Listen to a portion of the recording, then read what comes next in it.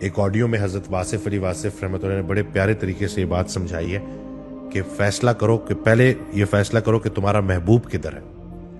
جس کا محبوب اس دنیا میں ہے اس کے لیے موت جو ہے نا وہ بڑی مشکل ہے. جس کا محبوب پردے کے اس پار ہے اس کے لیے موت بڑی آسان ہے. تو آپ بتائیں کہ اگر تو دنیا کی یہ چیزیں آپ کی جو ہے محبت میں شامل ہیں.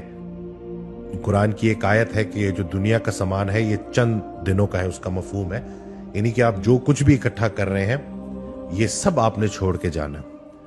تو ان چیزوں میں اپنے اگر آپ نے دل کو انوالو کر لیا اور دل میں دنیا کی محبت آباد کر لی تو موت پھر بڑی مشکل ہو جائے گی. لیکن اگر ایک مسافر کی طرح زندگی گزاری اور دوستی آپ کی کسی مسافر سے ہی ہو گئی، مقیم سے نہ ہوئی، تو مسافر کی جو دوستی ہے وہ سفر کو خوشگوار کر دیتی ہے اور وہ مسافر دوسرے مسافر کو یہ یقین دلاتا رہتا ہے، یاد کراتا رہتا ہے کہ ایک دن سب نے یہ سفر مکمل کر کے اللہ تک پہنچنا ہے، تو اس کے لیے پھر چیزیں مشکل نہیں ہوتی. رسول اللہ صلی اللہ علیہ وآلہ وسلم کی ایک حدیث ہے جس میں صحابہ نے رسول اللہ صلی اللہ علیہ وآلہ وسلم سے پوچھا کہ دین سے کیسے محبت کریں. تو رسول اللہ صلی اللہ علیہ وآلہ وسلم نے جواب دیا، ویسے ہی جیسے دنیا دار دنیا سے محبت کرتا ہے. دیکھیں نا، کوئی دنیاوی نقصان ہوتا ہے تو کیسے پریشان ہو جاتا ہے. ذرا سا جو ہے کوئی دنیاوی پرابلم آتی ہے تو گھبرا جاتا ہے، ساری نعمتیں اس کو بھول جاتی ہیں. تو ویسے ہی اگر ہم دین کے حوالے سے دیکھیں، کوئی اگر نماز قضا ہو گئی تو یہ پریشانی کی بات ہے. دوبارہ پھر انسان کوشش کرے کہ وہ 5 وقت کی نماز پڑھے. کوئی بھی نیکی کا موقع ملتا ہے تو بڑھ چڑھ کر اس نیکی میں حصہ ڈالے اپنا، اور اگر وہ نہیں ڈالے گا تو پھر اس کو بے چینی ہوگی.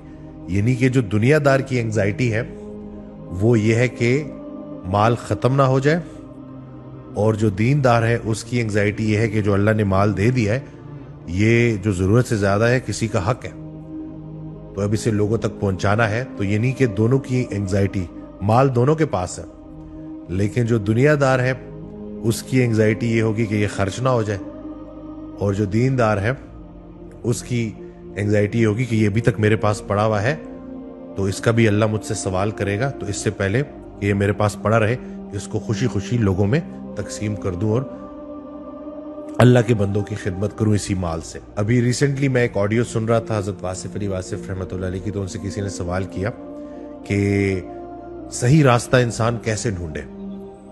تو انہوں نے جواب دیا کہ آپ نے صحیح بندے کو ڈھونڈنا ہے. صحیح بندہ مل گیا نا، یعنی کہ وہ جو انمتا علیہم والے ہیں، نام یافتگان ہیں. اسی لیے یہ بات سمجھائی جاتی ہے کہ استاد کا ہونا بہت زیادہ ضروری ہے. تو دین کے حوالے سے ضرور اپنی زندگی میں کوئی شخص تلاش کریں جو آپ کو اس راستے کا بتائے بھی اور اس پہ چلائے بھی.